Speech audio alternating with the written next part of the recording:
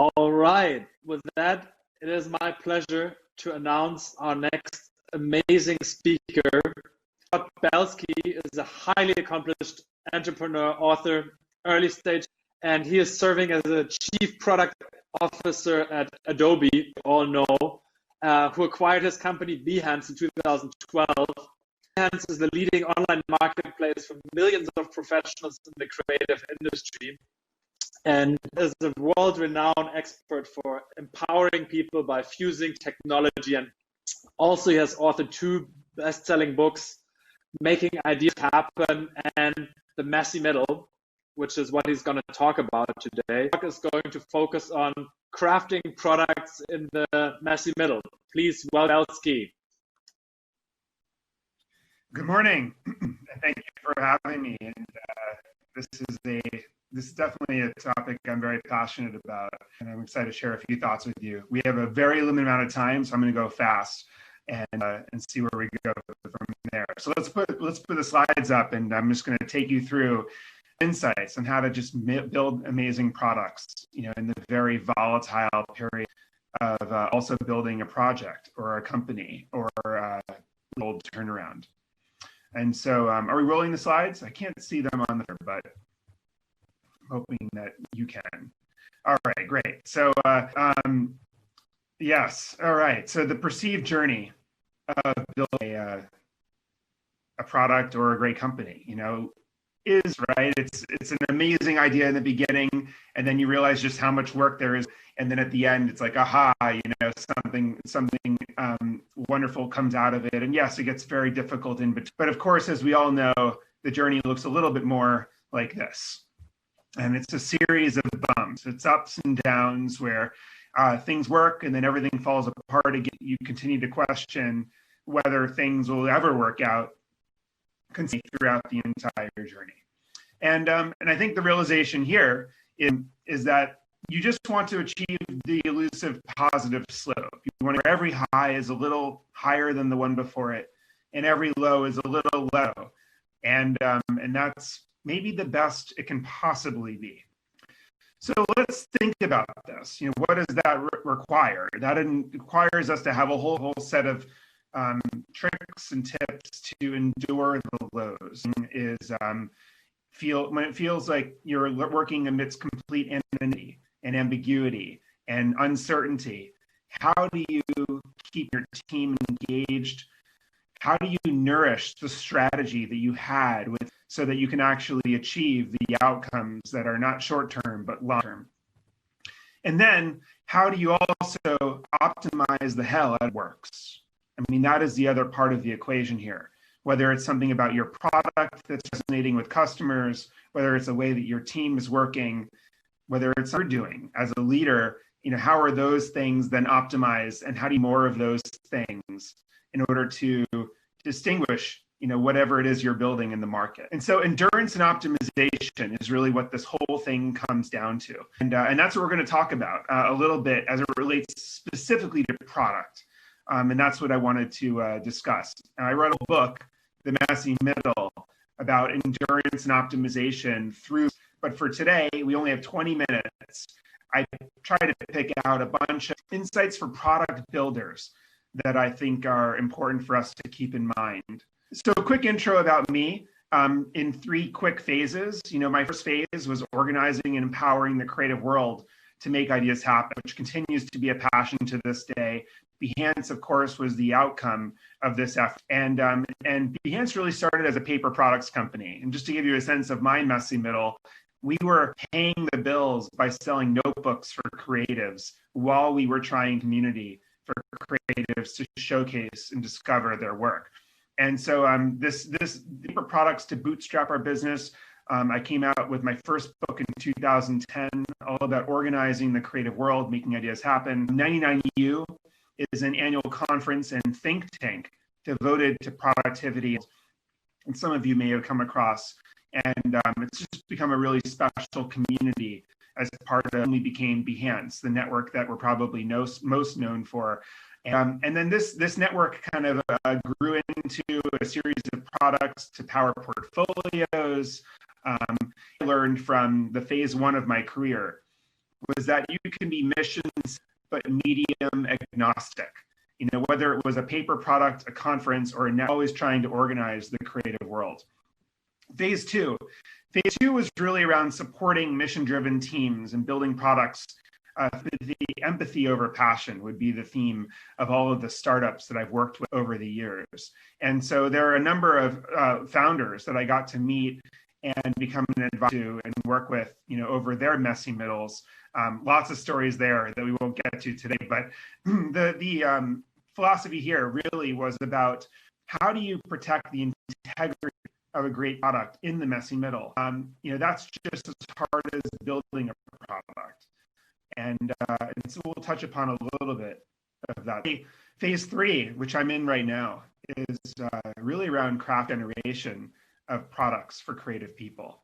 And so, of course, Behance was acquired by Adobe in 2012, and my whole life changed. You know, the set of responsibilities that I had changed the types of problems about solving for customers also changed, and that's just with the advent of Creative Cloud and the idea of making products like Photoshop and Illustrator and InDesign and XD much more than just desktop products, making them connected, collaborative, service-enabled tools. And so that's been the theme of my experience thus far as Chief Product Officer at Adobe. I'm trying to make sure that we build products that are powerful enough for professionals, but accessible to everyone. And so those are kind of three, you know, threads that I pulled from my own product leader journey. That gives you some context of here we are today, you know, talking about product in the messy middle. I feel like I'm still in the messy middle of a lot of things I'm working on. So let's think about three principles, you know, that I could just share with all of you today. And you know, just to step back to this journey, you know, it's important to remember that, you know, this journey, in the beginning, you think you have a plan.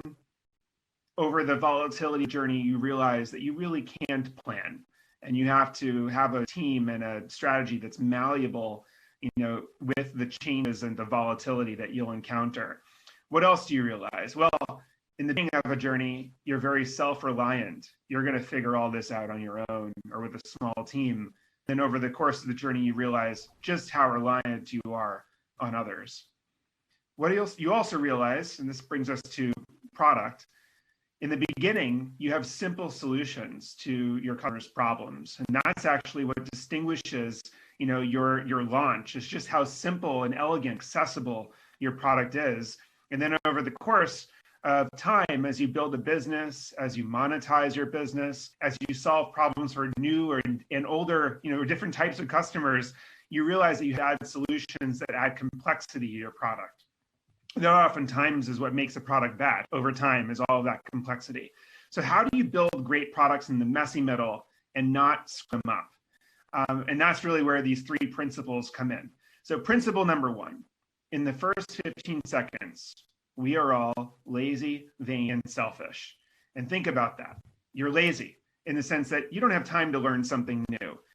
And this is the thing you have in mind as you're building for your customers.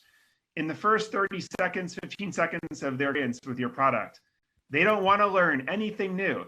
They don't want to go through these add-on boardings. They don't want to watch your instructional videos or read any extent copy of why the product is there and how it works and what its mission is. And so you need to show rather than explain. And so, you know, a lot of product teams will use tooltips and that kind of thing. But even greater than that, you want to do those things for your customers. And that's where like templates and smart selections, presumptuous defaults, you know, when the customer comes into your product, what do you just set up for them so they can click continue, as opposed to even have to make any choices in their onboarding or first mile experience of your product? Customers are vain in the sense that if this is this brand new product I'm going to spend any time on, like this better make me look good and quickly. You know, I've got limited amount of time, especially enterprise products. You know, I'm working in a company, like I want to make sure that I get some credit for good work. So there's a vanity that kicks in the very early stage of using a new product that we have to think about as well. A very big principle I talk about with product teams is this notion of ego analytics. How is the product making me feel better about myself? And you look at products like Periscope or Instagram, what do you learn? Well, what we learn is that when people are logging in to Instagram, what is the first thing you're seeing? You're seeing like how many new followers, how many likes you have. And this is true for many consumer social products, and I think should be true for other products. Because when you look at the data, what you learn is that people do these products in a consistent way. But then after they post something new for others to see, their login activity goes way up, which reveals a very dirty little secret about consumer social products, which is that maybe they're more about seeing who's your content as they are about sharing and seeing other people's content. And that's because of the ego analytics realization and the fact that especially when we first engage with a product, we know that we need to feel better about ourselves as a result of so. And so that's another thing we have to keep in mind as we engage new customers in our product. And you can tell I have an obsession with the first mile of a user experience here. And make sure that regardless of the product you're building, if it's for consumers, if it's for people in the enterprise, you have to merchandise your customers' awesomeness and the progress they're making and the success that they're achieving in your product, becoming better at it, to your customer. They need to feel better about themselves as a result of using the product. And finally, in the first 15 seconds of a customer experience, we're all selfish. We need to benefit quickly from spending any time on that. We're very skeptical of these long-term promises that a product will make. And this product needs to deliver value to us now.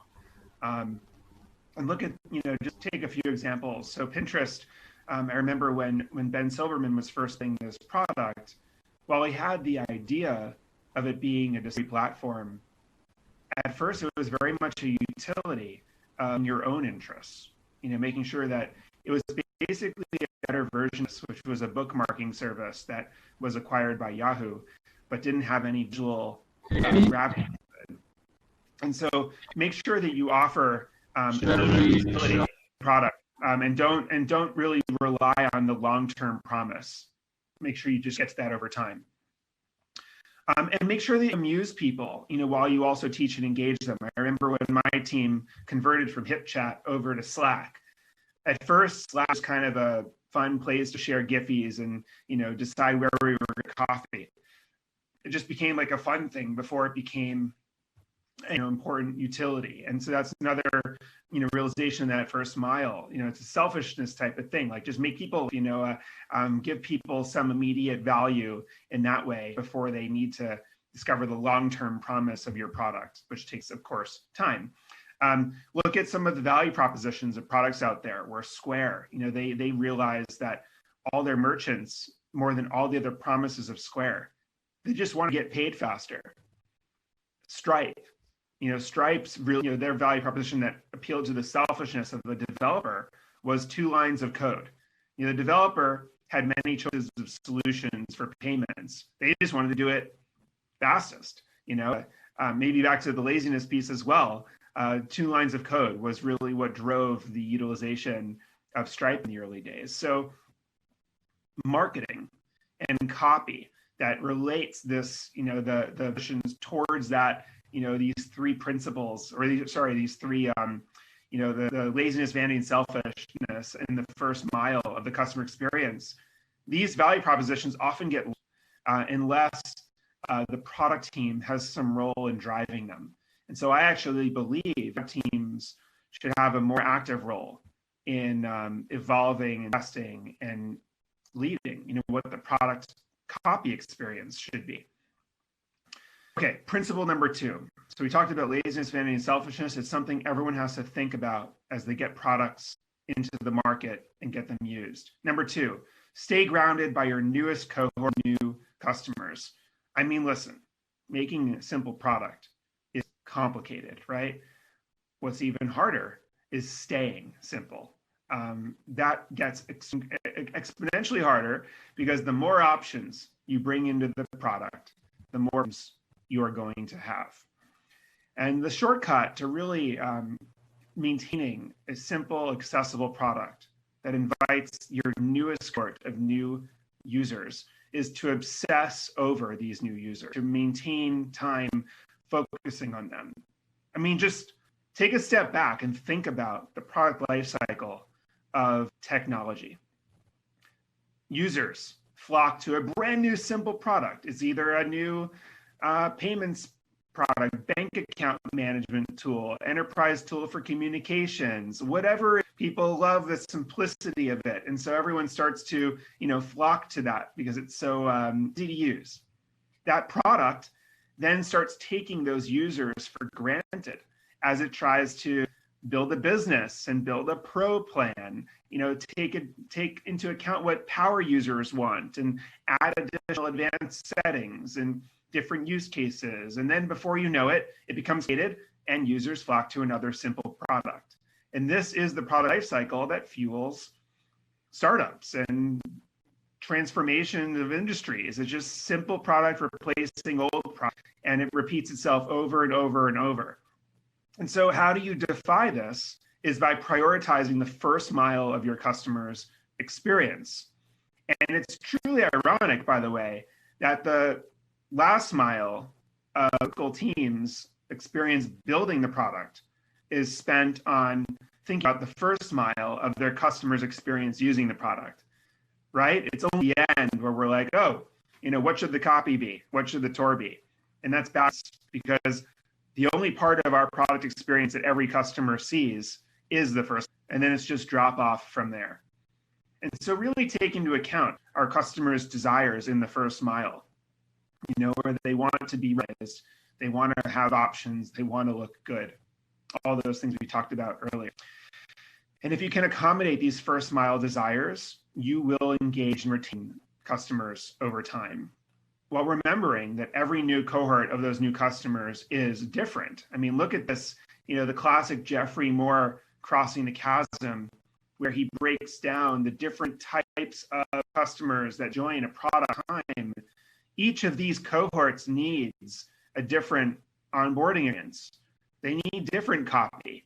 And so you have to kind of almost reinvent that first stage of your product experience over time. I mean, Twitter is a classic example. There were only, 150 to 200 million people in the world that wanted to go through and build their timeline manually. Everyone else beyond that just wanted news. Anyways, okay. Prioritizing problems for new users over problems for power users. I mean, we just have to make sure that we're focused on this first mile. My trick for teams is to keep a big percentage of their time, especially growth mode. A big percentage of your product time needs to be focused on the user's smile experience, even later on, as you are iterating your product. That's the only way you're going to grow. And we thought about this. I mean, look at Photoshop as an example. This used to be the open getting started page of Photoshop. Not very inviting to a new timer who maybe didn't go to design school and get classically trained in Photoshop. And so we had to think about the transitional states of Photoshop to a point where you're now invited and you have a personalized experience now if you were to open Photoshop the first time today. It's just an example of how we think about it. So last piece on this principle is to remember that the devil is in the defaults. My friend Dave Marin likes to remind me of this as it relates to building product experiences. When you're trying to get the newest customer in and be happy, the default of whatever experience they have pretty much matters more than everything else. They'll them change away from it. So make sure you spend enough time thinking about the default of every part of your product experience. Okay, the last principle, number 3, is that we favor novelty, yet we cling to familiarity. So the lizard brain, Seth Godin, the writer, likes to talk about this part of us, this ancestral part of our brain that makes us seek familiarity, but run away instinctually whenever we see something that is new.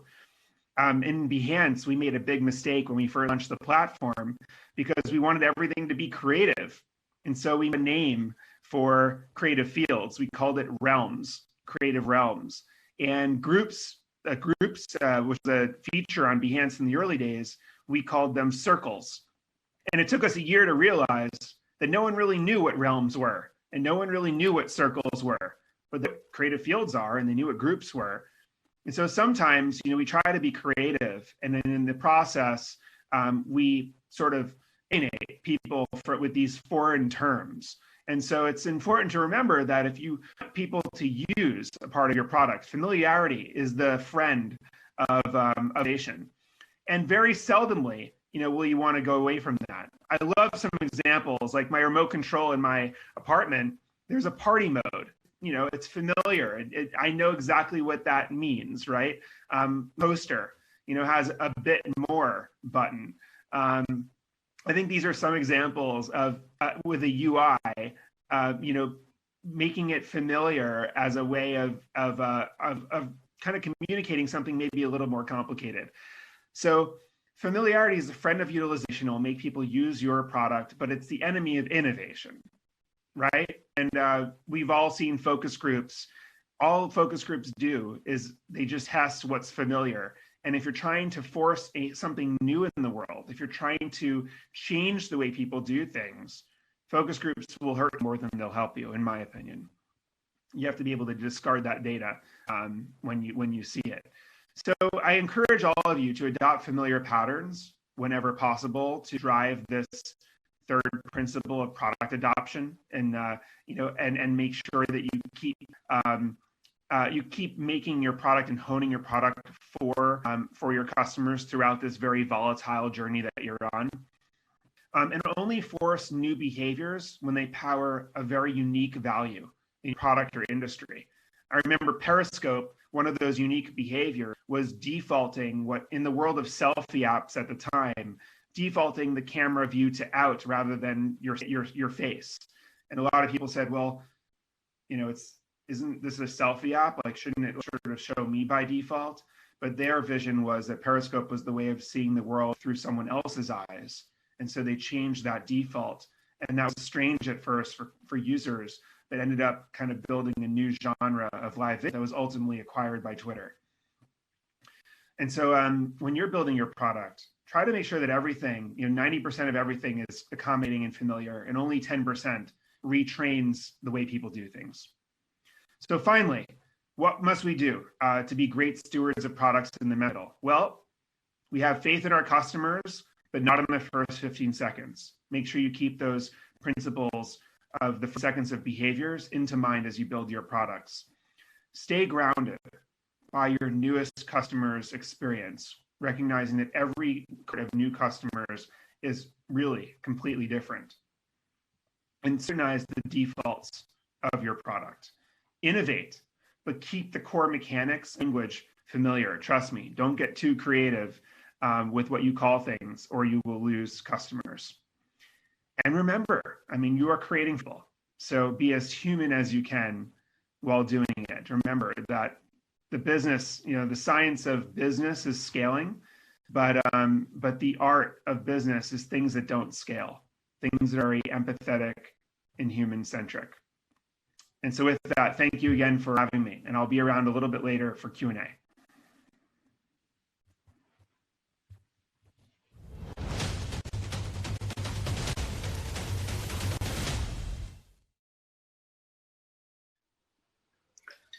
This was amazing, Scott.